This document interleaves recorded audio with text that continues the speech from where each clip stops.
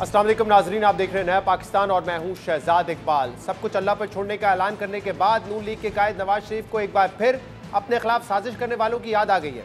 वही नवाज शरीफ जिन्होंने अपनी वतन वापसी से पहले गैंग ऑफ 5 के बयानिए से पसपाई इख्तियार की थी और वतन वापसी के बाद लाहौर जलसे से खिताब में भी गैंग ऑफ 5 का कोई जिक्र नहीं किया था, लेकिन उन्होंने कल ख्वाजा आसिफ की रिहाइशगाह पर एक बार फिर अपने खिलाफ साजिश करने वाले जजेस और चेयरमैन पीटीआई को लाने वालों को निशाना बनाया।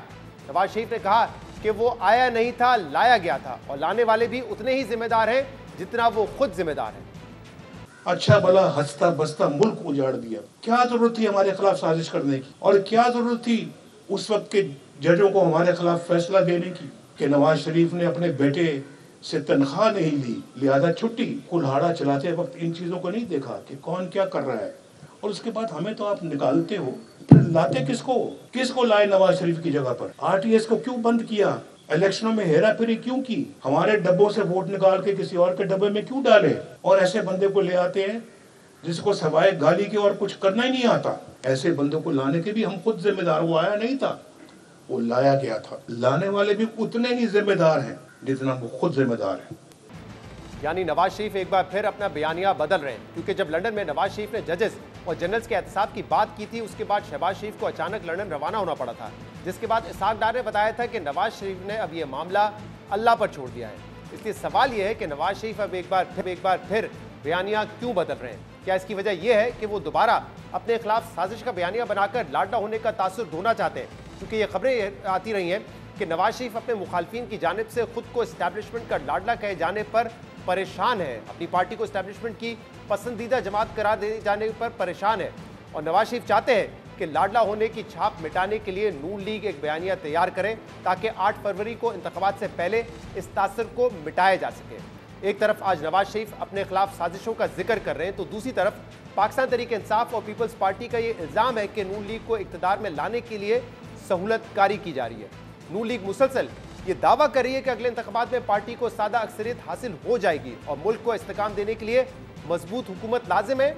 मगर दिलचस्प बात यह है कि आसिफ अली जरदारी समेत मुतादिद सियासी रहनुमा अगले इंतखाबात के बाद कौमी मखलूत हुकूमत के इम्कान पर जोर दे रहे हैं। सीनियर साफी हामिद मीर को इंटरव्यू में साबिक सदर आसिफ अली जरदारी ने इसी तरफ इशारा किया था।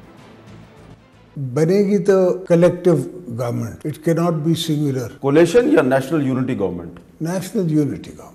Asif Zardari national unity government की बात कर रहे हैं, जबकि पिछले कुछ रोज में बाअसर हल्कों से करीब समझे जाने वाले रहनुमा फैसल वावडा और मोहम्मद अली दुरानी भी यही बात कर चुके हैं, और इसमें नून लीग के अपने रहनुमा राजा रियाज भी शामिल है। नून लीग के बयानिए में मुसलसल तब्दीली और क्या अगली हुकूमत नेशनल यूनिटी गवर्नमेंट होगी, इस पर बात करेंगे, जिसके लिए हमें ज्वाइन किया है PMLN के सीनियर रहनुमा एहसन इकबाल साहब ने। एहसन साहब, बहुत बहुत शुक्रिया वक्त देने के लिए। एहसन साहब, सबसे पहले तो ये बताइएगा कि क्या मुसलसल कन्फ्यूजन है नून लीग के सफ़ों में बयानिए को लेकर? क्योंकि पहले नवाज शरीफ ने कहा कि जो मेरी हुकूमत गिराने के जिम्मेदार थे, जो मुल्क को इस हाल पर पहुंचाने के जिम्मेदार थे, उनका एहतसाब होना चाहिए।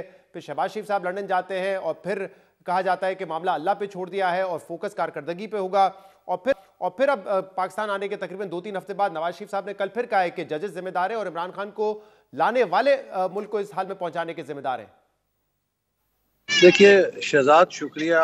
मैं समझता हूं कि जो नवाज शरीफ साहब का पॉलिसी बयान था वो वही था जो उन्होंने मीनार पाकिस्तान में अपने इस्तकबालिया जलसे के सामने किया, और उन्होंने कहा कि मेरे दिल में ना कोई इंतकाम है, ना मैं किसी से बदला लेना चाहता हूं। अब सिर्फ और सिर्फ एक मेरी ख्वाहिश है कि हम पाकिस्तान को इक्तसादी तौर पे दोबारा तरक्की के रास्ते पे डालें। जो बातें उन्होंने 2018 के हवाले से की हैं वो जो है वो उसमें कोई शक और शुबा नहीं है। ये वो हमारे तारीख के तल्ख हकायक हैं कि जब भी पाकिस्तान की तारीख लिखी जाएगी 2018 की साजिश का जिक्र होगा। और मैं आपको कहना चाहता हूं कि आने वाला वक्त जूं जूं गुजरेगा आप देखिएगा कि 2018 की तारीख हमें किसी भी लिहाज से 1971 के हादसे से कम नहीं पड़ी। पाकिस्तान का वो मुआशी मुस्तकबिल जिसे 2013 से 17 तक बड़ी मेहनत के साथ तैयार किया गया था। दुनिया में कौमों की मुआशी बहाली में सबसे इम्पोर्टेंट चीज सेंटिमेंट होती है, कॉन्फिडेंस होता है जो आप पैदा करते हैं मार्केट्स के अंदर। पाकिस्तान के हवाले से CPEC के प्रोजेक्ट ने जो आलमी तौर पे पाकिस्तान की पहचान बनाई थी, पाकिस्तान का सेंटिमेंट पैदा किया था, 2018 में एक अनाड़ी शख्स को मुसल्लत करके उसकी तहस नहस कर दी गई।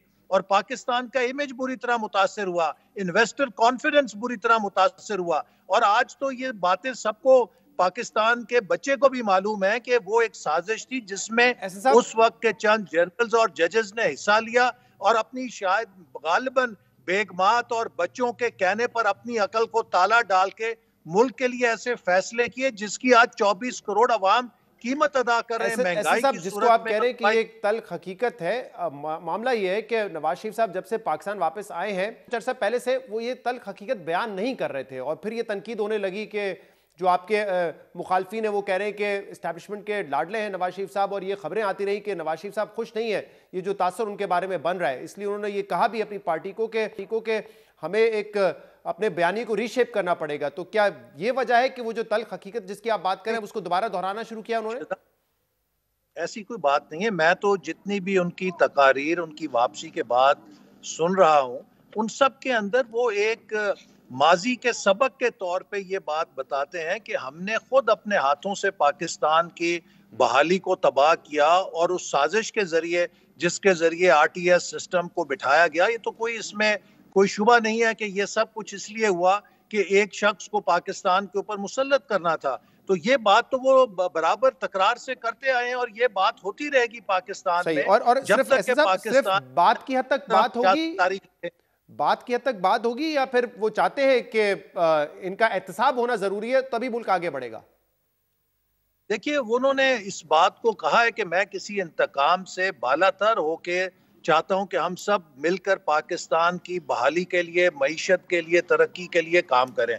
और ये बात मैं आपके प्रोग्राम में भी पहले कह चुका हूं। मेरी जाती राय में शायद किसी ना किसी मौके के ऊपर हमें ट्रूथ एंड रिकंसिलिएशन कमीशन बनाना चाहिए, जहां पर हर कोई अपने माजी की गलतियों का इतराफ करे और इरादा करे कि वो आइंदा ऐसा नहीं करेगा। लेकिन मेरे ख्याल में हम एक ऐसे पॉइंट पे पहुंच चुके हैं कि जहां पर सियासतदानों ने, अदलिया ने और इस्टेब्लिशमेंट ने अपने अपने माजी से सबक सीखा है, जिसकी निशानी ये है कि पाकिस्तान की इस्टेब्लिशमेंट भी ये इकरार कर चुकी है कि उसने फैसला किया है कि आइंदा वो सियासत में मुदाखलत नहीं करेंगे।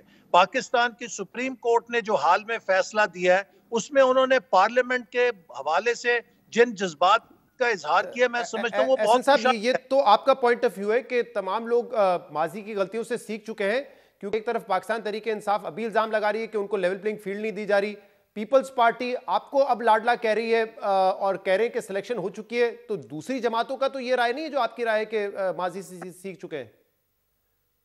देखिए, जहां तक पीटीआई का ताल्लुक है वो इस वक्त किसी की साजिश का या गैर लेवल प्लेइंग फील्ड के सलूक का शिकार नहीं है। वो अपने ही फैसलों की सजा भुगत रहे हैं। मुझे आप बताइए, किस अक्लमंद ने उन्हें कहा था? हमने भी मार्शल लॉ का सामना किया है, पीपल्स पार्टी ने भी किया है। क्या जनरल जिया के मार्शल लॉ में पीपल्स पार्टी ने किसी कोर कमांडर के घर पे हमला किया? क्या जनरल मुशर्रफ के मार्शल लॉ में हमने किसी कोर कमांडर के घर पे हमला किया? पीटीआई ने एक सोच समझ के फैसला किया, पाकिस्तान के रियासत के इदारों से टकराई, न सिर्फ टकराई बल्कि अभी तक वो अपने सोशल मीडिया के जरिए पाकिस्तान के सलामती के इदारों। साहब, आप ये कह रहे हैं कि 9 मई की वजह से उनको सियासी एक्टिविटी नहीं करने दी जा रही?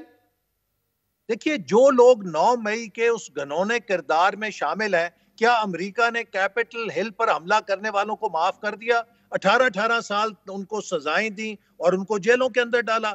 हर कौम के लिए जमहूरियत के अंदर भी रेड लाइंस होती हैं, जिनको जो क्रॉस करता है उसे सजा मिलनी चाहिए। और मैं आपको ये बात कहना चाहता हूं कि हमें कौम से जरूर माफी मांगनी होगी कि 2014 में जब पीटीआई ने और इमरान खान ने पार्लियामेंट पे हमला किया था, तो अगर उसी वक्त इसका प्रॉपर एहतसाब हो जाता तो 9 मई की नौबत ना आती। लेकिन सिर्फ इसके अलावा एक और इशू पर बात करना चाहता हूं। उस चीज की आंखें बंद की और उसका नतीजा हमें 9 मई की सूरत में आपकी जमात मुसलसल दावा कर रही है कि हम सादा अक्सरियत लेके जाएंगे, लेकिन जरदारी साहब ने कहा है कि नेशनल यूनिटी गवर्नमेंट बनती हुई नजर आ रही है। और सिर्फ उन्होंने नहीं कहा, अली दुरानी साहब का हमने स्टेटमेंट सुनाया, फैसल वाडा साहब ये कह रहे हैं, आपकी पार्टी के रहनुमा और बाखबर रहनुमा राजा रियाज साहब भी ये कह रहे हैं कि नेशनल यूनिटी गवर्नमेंट बनेगी। और ये मैं बाखबर इसलिए कह रहा हूं क्योंकि उन्होंने तो पहले ही बता दिया था कि इंतखाबात फरवरी में होने हैं, मिड फरवरी से पहले नहीं हो सकते। तो क्या नेशनल यूनिटी गवर्नमेंट बनने जा रही है? शहजाद, देखिए, ये बात नवाज शरीफ साहब भी पहले कह चुके हैं और मैंने भी प्रोग्राम्स में कही है कि अगर हमें 2/3 अक्सरियत भी मिलेगी तो हमारी ख्वाहिश यही होगी कि हम एक ब्रॉड बेस्ड गवर्नमेंट बनाएं, क्योंकि पाकिस्तान को अगले 5 सालों में जिन इस्लाहात की ज़रूरत है उसके लिए हमें एक वसीउल बुनियाद तायद हासिल करना बहुत ज़रूरी है। लेकिन अगर एक कमज़ोर यूनिटी गवर्नमेंट बनेगी, फ्रैक्चर्ड यूनिटी गवर्नमेंट बनेगी, तो हम पिछले 16 माह में उसका तजुर्बा देख चुके हैं कि जिसमें इस कदर आपस के अंदर खींचातानी होती है कि बहुत सारी फैसला साजी मुतासिर होती है। लिहाजा एक ऐसी ब्रॉड बेस्ड गवर्नमेंट के जिसमें मेजर पार्टी के पास अक्सरियत हो, और इंशाल्लाह हमें वो अक्सरियत मिलेगी। तो मतलब ख्वाहिश हमारी जो आइडियल सिनेरियो है या जो ख्वाहिश है आपकी वो ये है कि आप सादा अक्सरियत लेके जाएं, लेकिन फिर दूसरी पार्टीज को भी आप उस कोalition गवर्नमेंट में शामिल कर लेंगे, लेकिन कोई आपको डिक्टेट ना कर सके, कोई आपसे सीटें ना मांग सके, वजारतें ना मांग सके, इस बात पे ब्लैकमेल ना करे, आपकी सादा अक्सरियत आपको मिल जाए और दूसरी पार्टीज बशमूल पीपल्स पार्टी को आप इत्तेहाद में शामिल करने के लिए तैयार हो जाएंगे। जी देखिए, हम अक्सरियत लेके चाहेंगे कि जितनी ब्रॉड बेस्ड सपोर्ट मिल सके उसको हासिल करें, लेकिन जो अपोजिशन भी होगी उस ऑपोजिशन को भी उसी तरह शरीक करेंगे जैसे हमने पहले नेशनल एक्शन प्लान था, चाइना पाकिस्तान इकोनॉमिक कॉरिडोर था, एक नेशनल कोहिजन के साथ, एक इंक्लूसिव गवर्नेंस के साथ हमने उन सब मंसूबों को कामयाब किया। तो उस तर्ज अमल पर हम चलेंगे। हम कोई एक्सक्लूसिव गवर्नेंस नहीं चाहते, बल्कि सियासत में नहीं, जो इस वक्त हमारे रियासती इदारे हैं उन सबको भी आपस में बता दीजिएगा कि कोई राजा रियाज साहब आपकी पार्टी के बाखबर रहनुमा कह रहे हैं कि पीटीआई को भी इसमें शामिल कर लेंगे, हमें कोई हर्ज नहीं है। देखिए, जो पार्लियामेंट का इंतखाब होगा, पार्लियामेंट के अंदर जिन लोगों को लोग वोट देंगे उन सब के साथ बैठ के बात हो सकती है कि जो भी हुकूमत के साथ चलने को तैयार हो हम उसे वेलकम करेंगे, लेकिन जो अपोजिशन में बैठेंगे हम उनका भी एहतराम करेंगे, वो सलूक नहीं करेंगे जो पीटीआई ने हमारे साथ किया था। फिर सवाल ये कि अपोजिशन में कौन होगा, मेरे ख्याल से एक मौजू है जिस पर आगे जाके बात करेंगे कि क्या ममालिक ऐसे ही तरक्की करते हैं जहाँ पे तमाम जमातें हुकूमतों में हो, कोई अपोजिशन में ना हो, क्या ये जमहूरियत के लिए बेहतर है? उसका हम तस्लीम करेंगे। क्या ये जमहूरियत के लिए बेहतर है कि कोई अपोजिशन ही ना हो? जमहूरियत इस तरह प्रोग्रेस करती है या फिर इस तरह प्रोग्रेस करती है कि तमाम जमातें हुकूमत में हो? बलूचिस्तान में हमने ये एग्जांपल्स देखी है कि तमाम पार्टियां हुकूमत में आ जाती हैं, कोई अपोजिशन नहीं होती और वहां पे कोई खास हमने इसके नताइज देखे नहीं है। जी, अब मैंने आपको जैसे कहा कि जो अपोजिशन में जमात बैठेगी हम उसके अपोजिशन के हक को तस्लीम करेंगे, लेकिन कोशिश ये करेंगे कि जो मुल्क के मफाद की पॉलिसीज हैं उसमें हुकूमत और अपोजिशन मिलकर इत्तेफाक बहुत बहुत शुक्रिया, बहुत बहुत शुक्रिया। ऐसे बात मौजूद थे, प्रोग्राम में एक ब्रेक शामिल करेंगे, हमारे साथ रहिएगा।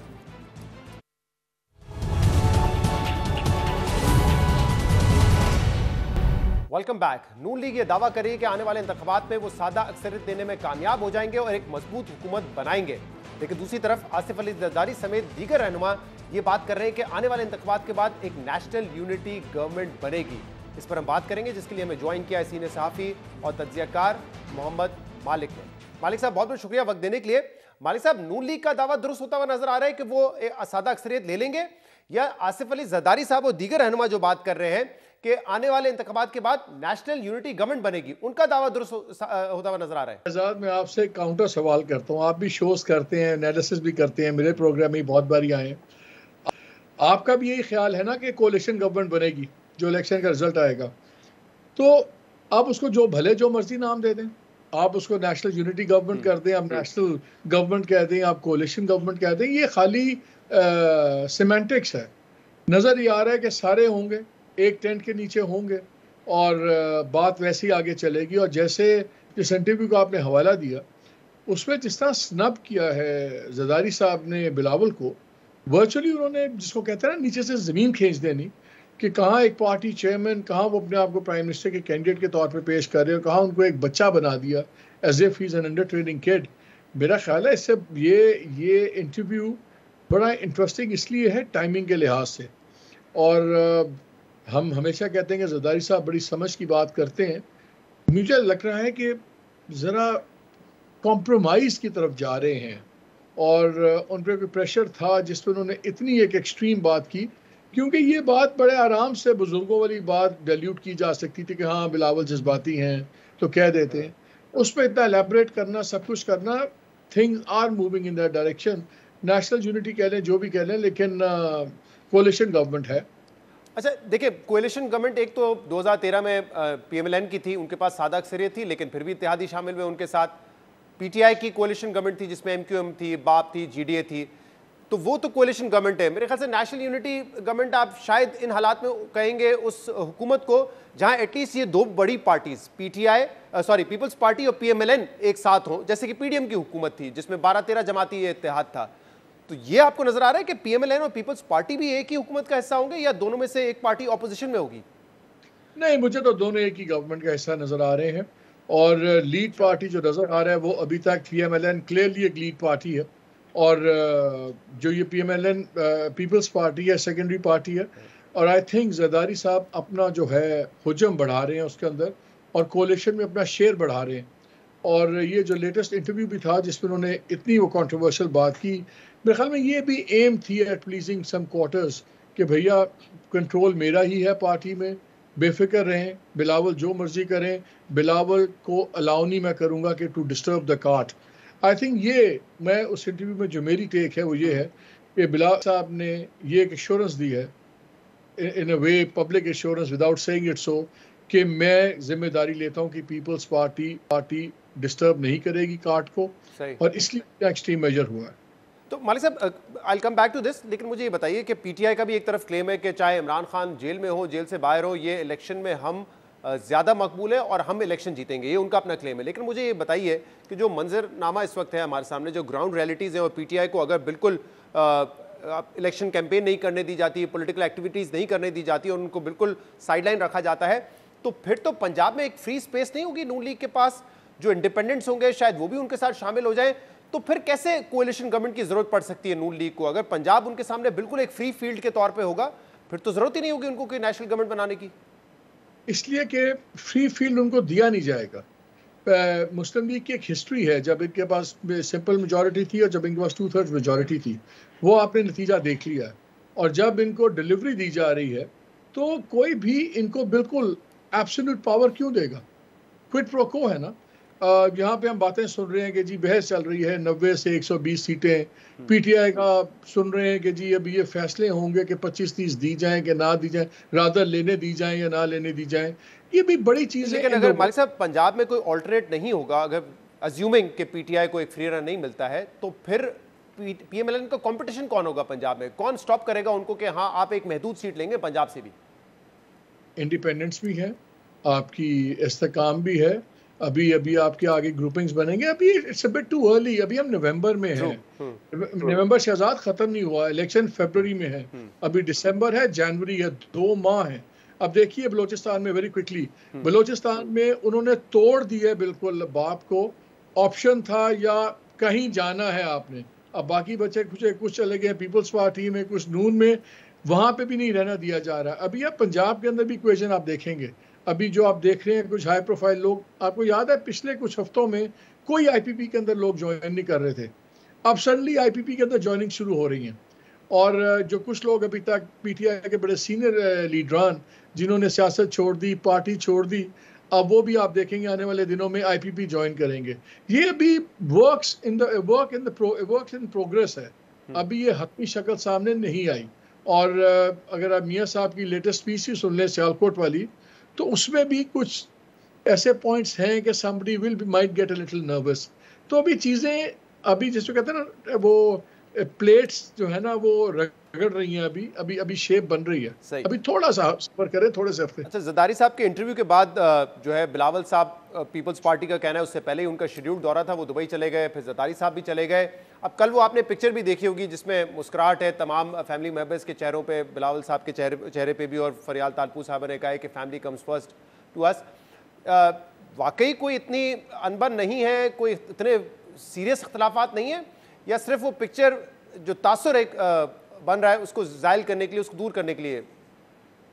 देखिए, मैंने शुरू में आपको कहा था ना एक बात कि इस इंटरव्यू में जो उन्होंने बातें की हैं वो बेसिकली मैसेज है जरदारी साहब का, जो भी उसका एड्रेस ही, आई थिंक आप भी समझदार हैं, हम सारे ऑडियंस भी समझदार है कि बिलावल जिस डगर पे चल पड़े थे, वो जो पूरा जिसको कहते हैं ना आपकी प्ले बुक में कुछ प्रॉब्लम्स क्रिएट हो सकती थी।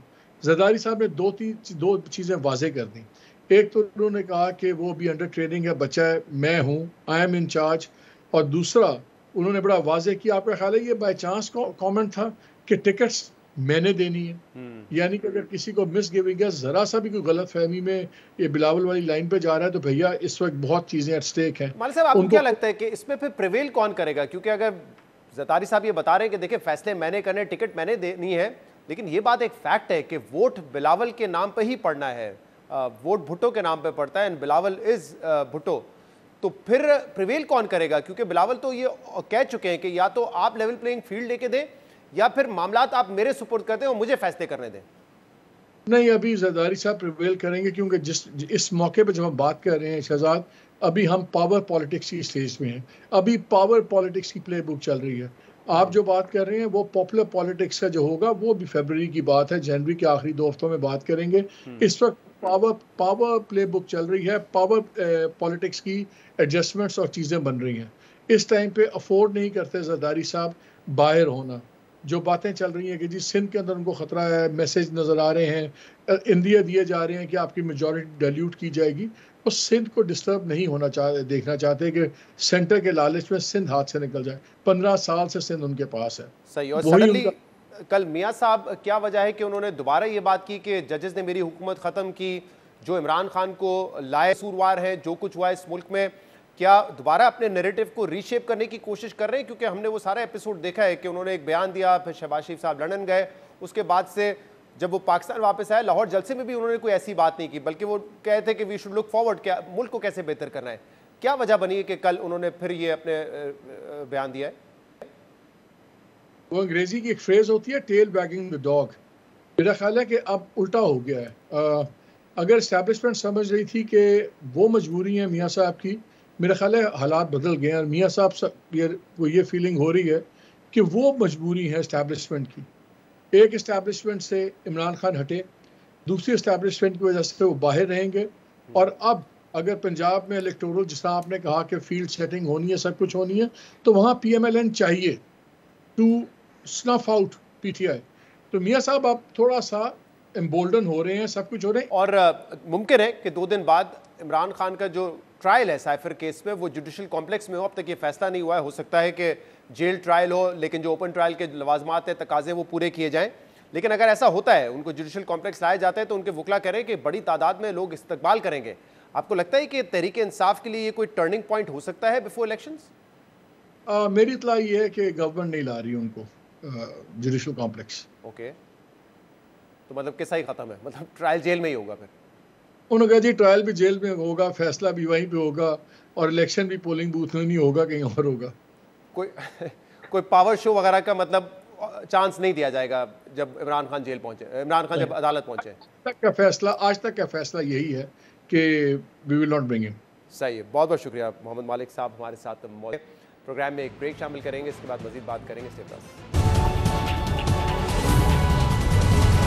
Welcome back. साइफर केस में चेयरमैन पाकिस्तान तहरीक इंसाफ इमरान खान का ट्रायल जेल में होगा या जुडिशल कॉम्प्लेक्स में, ये अब तक वाजे नहीं है, जबकि खसूसी अदालत ने 2 रोज बाद चेयरमैन पाकिस्तान तहरीक इंसाफ की इस केस में पेशी का हुक्म दे रखा है, जिसके लिए मुमकिन तौर पर चेयरमैन पाकिस्तान तहरीक इंसाफ को इस्लामाबाद के जुडिशल कॉम्प्लेक्स में लाया जाएगा। इस सिलसिले में इमरान खान की जुडिशल कॉम्प्लेक्स पेशी के लिए जामे सिक्योरिटी प्लान मुरतब करने का फैसला कल किया जाएगा। रोजनामा डॉन की खबर के मुताबिक इस्लामाबाद इंतजामिया, पुलिस और दीगर मुतल्लिका महकमों की पेशी से मुतल्लिक सिक्योरिटी प्लान के लिए कल मीटिंग होगी, जबकि इंतजामिया को उम्मीद है कि पाकिस्तान तहरीक इंसाफ रहनुमाओं की रूपोश होने या पार्टी छोड़े जाने की वजह से अमन और अमान की सूरत-ए-हाल कंट्रोल में रहेगी। खबर के मुताबिक इमरान खान की मुमकिना पेशी के दौरान रेड जोन में पुलिस और कानून नाफिज करने वाले दीगर इदारों की इजाफी नफरी तैनात की जाएगी और जुडिशल कॉम्प्लेक्स को जाने वाले रास्ते सील रखे जाएंगे। मगर चेयरमैन पाकिस्तान तहरीक इंसाफ को 28 नवंबर को अदालत पेश किया जाएगा या नहीं, अभी तक हतमी फैसला नहीं हो सका है। रोजनामा जंग में साफी साले जफर की खबर के मुताबिक इमरान खान को पेशी के लिए जुडिशल कॉम्प्लेक्स नहीं लाया जाएगा और इंतजामिया मंगल को जेल ट्रायल के लिए अदालत में दरख्वास्त दायर करेगी। इससे पहले निगरान वजीर दाखिला सरफराज बुख्ती ये कह चुके हैं कि चेयरमैन पाकिस्तान तहरीक इंसाफ की अदालत पेशी के हवाले से अदालती हुक्म पर अमल दरामद होगा। इसके अलावा निगरान वजीर आजम अनवारुल्लाह काकड़ ने कल हमारे शो में यह भी कहा था कि चेयरमैन पाकिस्तान तहरीक इंसाफ की अदालत पेशी पर अदालती हुक्म पर अमल दरामद करेंगे। चेयरमैन पाकिस्तान तहरीक इंसाफ की अदालत पेशी के हवाले से PTI रहनुमा बैरिस्टर गौहर अली खान का यह दावा है कि पेशी पर पार्टी चेयरमैन का बड़ा इस्तकबाल किया जाएगा, जिस पर कल हमारे प्रोग्राम में वजीर आजम अनवारुल्लाह काकड़ ने कहा कि अगर पेशी पर तमाशा करने की कोशिश की गई तो फिर इंतजामिया फैसला करेगी। जो भी कोर्ट का ऑर्डर होगा उसकी इम्प्लिकेशंस को देखते हुए हम उसी को फॉलो करेंगे। तो अगर जुडिशल कॉम्प्लेक्स में भी होता है तो पीटीआई के जो लॉयर्स हैं वो तो कह रहे हैं कि पाकिस्तान तहरीक इंसाफ के चेयरमैन जब आएंगे अदालत में तो आप देखेंगे कि उनका बड़ा इस्तकबाल होगा।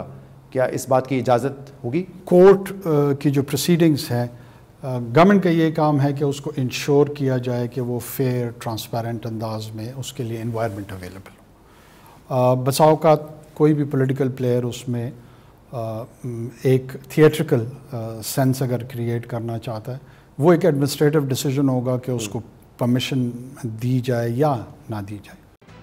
इस पर हम मजीद बात करेंगे, जिसके लिए हमें ज्वाइन किया पाकिस्तान तहरीक इंसाफ के रहनुमा बैरिस्टर गौहर अली ने। बहुत बहुत शुक्रिया गौहर अली साहब, आपने हमें ज्वाइन किया। आपने ये कहा था कि अगर इमरान खान को अदालत में पेश किया गया तो पीटीआई उनका इस्तकबाल करेगी, लेकिन अब तक तो ये फैसला नहीं हुआ है कि क्या ट्रायल जुडिशल कॉम्प्लेक्स में होगा या फिर मुमकिन है कि जो ट्रायल है वो जेल ट्रायल हो और तमाम जो तकाजे हैं ओपन ट्रायल के वो पूरे किए जाएं, जैसे कि इस्लामाबाद हाई कोर्ट ने कहा था। थैंक यू शहजाद साहब। बेसिकली तो इस्तकबाल का तो एक सेपरेट इशू है। जहां तक उनके ट्रायल का ताल्लुक है तो ट्रायल तो हर सूरत अब ओपन होना चाहिए। इस्लामाबाद हाई कोर्ट का ऑर्डर बड़ा क्लियर है, वेन्यू कहाँ उन्होंने रखना था, या ट्रायल हो या यहाँ कोर्ट में हो। लेकिन अगर जेल में भी करना था फिर भी कोर्ट का यही कहना था कि वो ओपन होगा। अगर ट्रायल कोर्ट में यहाँ लेके आना है तो यहाँ भी ओपन ही ट्रायल होगा। और अभी कोर्ट ने जो ऑर्डर किया वो यही है कि आपने कोर्ट में ही ट्रायल कराना है, और अगर उसमें फैसला होना था जेल का तो वो भी ट्रायल कोर्ट ने डिसाइड करना था। अब तो अगर ट्रायल है तो वो ओपन होगा, वेन्यू भी ओपन होगा, मूड ऑफ ट्रायल भी पब्लिक हियरिंग होगी और प्रोड्यूस करना होगा।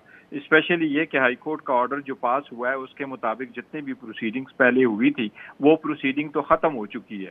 इवन अदरवाइज जब चार्ज फ्रेम करना होता है तो आल्दो इन्होंने तो शखाना के केस में खान साहब के एब्सेंस में चार्ज फ्रेम करवाया था, कन्विक्शन भी उनके एब्सेंस में कर दी थी, उनको अरेस्ट भी कर लिया था लाहौर से, जबकि एग्जीक्यूशन अभी वारंट अभी जा ही नहीं चुका था। लेकिन ये एक रिक्वायरमेंट है ओपन ट्रायल की, तो मैं नहीं समझता कि ये लीगल होगा अगर ये करते। लेकिन ये कानून इनके मुताबिक तो चला नहीं रहे, ड्यू प्रोसेस की वायलेशन तो हो ही जा रही है।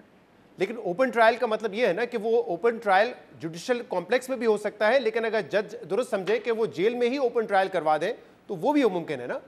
नहीं, जेल का वेन्यू अब नहीं हो सकता। जेल के वेन्यू के लिए कोर्ट ने कुछ लवाजमात रखे थे, अगर वो लवाजमात पूरे करने होते तो फिर ये ऑर्डर कर सकते थे। लेकिन जेल में होता फिर भी ओपन ही होता। लेकिन अभी जेल का ट्रायल नहीं हो सकता क्योंकि जज साहब ने जो ऑर्डर किया है वो यहाँ ओपन कोर्ट के लिए किया है, और वेन्यू भी कोर्ट का यहाँ जो कम्प्लेक्स है जुडिशल इसी में होना। तो सो फार जो तरीक़ेकार हाई कोर्ट ने वजह कर लिया है और उनको बताया था कि आप दोबारा कर सकते हैं प्रोवाइडेड ये लवाजमात पूरे हैं, तो वो तो प्रोसेस हुआ ही नहीं है। तो इसलिए जहां तक 28 की ताल्लुक है वो कोर्ट में ही होगा, जुडिशल कॉम्प्लेक्स में। वो जुडिशल कॉम्प्लेक्स में होगा, आप कह रहे हैं ये बात तय है? देखिए जो ऑर्डर है उसके मुताबिक तो ऐसा ही है। और ऑर्डर में जुडिशल ऑर्डर में जो जेल ट्रायल है, जो जेल ट्रायल है उसमें ऑर्डर में ये तो नहीं कहा गया ना कि जेल ट्रायल नहीं हो सकता। उसमें ये कहा गया है कि अगर जेल में भी ट्रायल होगा तो जो भी ओपन ट्रायल के तकाजे होते हैं वो आपने पूरे कर रहे हैं। जी वो ठीक है, लेकिन अगर आपने वेन्यू चेंज करना है, इस कोर्ट से आपने उधर लेके जाना है, तो उसके लिए भी कोर्ट ने क्राइटेरिया वजह किया था कि कोर्ट एक जुडिशियल ऑर्डर करेगा। वो जुडिशियल ऑर्डर होगा कि मैंने इस कोर्ट में नहीं करना, मैंने जेल करना है और ये लवाजमात। मैं वही पूछ रहा हूँ, ये मुमकिन है ना? ये जुडिशियल ऑर्डर तो आ सकता है ना जज साहब की जानिब से? वो जज साहब आ सकते हैं, लेकिन अगर आएंगे तो फिर हमारा भी राइट है उसको चैलेंज करने के लिए। तो इसीलिए कोर्ट ने कहा है कि वो प्रोसेस पूरा होगा। तो अब सो फार कोई ऐसा ऑर्डर पास नहीं हुआ जिसमें ये कहा गया हो कि आप वेन्यू जो है जेल रख सकते हैं। तो सो फार वेन्यू एक बात है, वेन्यू कहाँ होगा, और ओपन ट्रायल या इन कैमरा प्रोसीडिंग दूसरी बात है। तो ट्रायल भी ओपन होगा और वेन्यू ऑफ ट्रायल जो है वो भी कम्प्लेक्स ही होगा। और उस दिन आपने कहा कि जब उनको कोर्ट में पेश किया जाएगा तो उनका इस्तकबाल भी किया जाएगा। तो इस हवाले से क्या पार्टी की कोई तैयारियां हैं? क्योंकि दूसरी तरफ हम ये देख रहे हैं कि आज डॉन अखबार में भी खबर थी कि पुलिस और इंतजामिया जो है वो रूट भी इस वक्त प्लान कर रही है कि अगर वो आएंगे तो कहाँ से उनको लाया जाएगा। सिक्योरिटी बढ़ाने की भी बात हो रही है और कुछ एरिया को सील करने की भी बात हो रही है। नहीं, पार्टी ने कोई ऐसे वो नहीं दिया कि उनको इस्तकबाल के लिए लेके आएंगे, क्योंकि हम बड़े कंसर्न है उसके सिक्योरिटी के लिए और खान साहब की सिक्योरिटी से भी बहुत कंसर्न है। और ये भी नहीं चाहते कि वो इसके बहाना करके जो ओपन वेन्यू है उसको उसके लिए कोई मुश्किल प्रोवाइड करे। तो अभी तक पार्टी ने कुछ ऐसा फैसला नहीं किया। सही। और इसके अलावा ज़रा बताइएगा, क्योंकि आपकी जमात ये शिकवा करती रही है कि लेवल प्लेइंग फील्ड नहीं मिल रही। हमने कल इंटरव्यू किया निगरान वज़ीर आज़म अनवारुल हक काकड़ साहब का, वो कह रहे हैं कि हमारी तरफ से तो तमाम सियासी जमातों को लेवल प्लेइंग फील्ड है। इलेक्शन कमिश्नर ऑफ पाकिस्तान ने उनको ख़त भी लिखा, वो कह रहे हैं कि हम उनको मुतमईन करेंगे कि हमने तो कोई डिस्क्रिमिनेशन नहीं की है बिटवीन पार्टीज़। क्या ऑन ग्राउंड भी यही सूरत हाल है?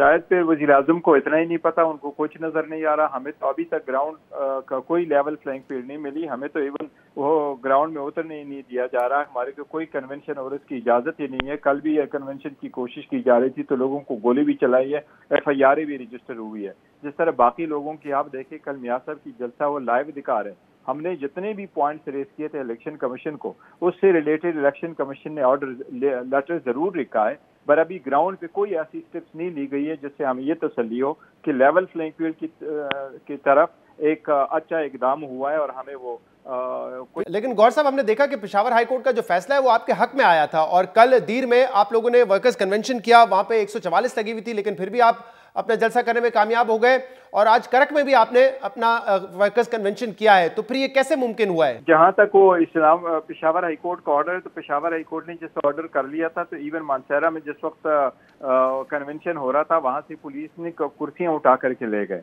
लेकिन ये छोटे मोटे अगर कल उन्होंने अपने अरेंज करा कर किया है, आज जिस तरह करक में हुआ है, तो लोग बड़े बेताब है और पार्टिसिपेट करना चाहते हैं। और ये हमारा राइट भी है कि अगर इलेक्शन का अनाउंस हुआ है, डेट अनाउंस हो चुकी है, तो उसके बाद तो हमारा राइट है। लेकिन हमें वो फैसिलिटीज बिल्कुल नहीं दी जा रही थी।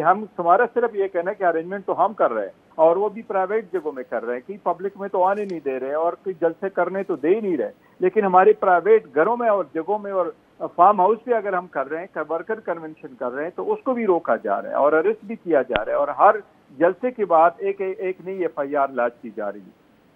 अच्छा गौर साहब, ये भी बताइएगा कि जो इंट्रा पार्टी इलेक्शंस का मामला है, हमने अली जफर साहब से 2 दिन पहले ये पूछा था कि क्या PTI चेयरमैन इन इंतखाबात में हिस्सा ले सकेंगे या कोई कानूनी रुकावट होगी, तो उन्होंने कहा कि मुमकिन है कि कानूनी रुकावट आ जाए, क्योंकि सुप्रीम कोर्ट का एक फैसला है नवाज शरीफ के हवाले से कि अगर उनको डिस्क्वालीफाई किया गया है तो वो पार्टी की सदारत नहीं कर सकते। तो वो कह रहे हैं कि मुमकिन तौर पर वो जजमेंट जो है सुप्रीम कोर्ट की आड़े आ सकती है और PTI चेयरमैन इंतखाबात में हिस्सा ना ले सके इंट्रा पार्टी, तो फिर किसी और को कुछ अरसे के लिए चेयरमैन बनना पड़ेगा।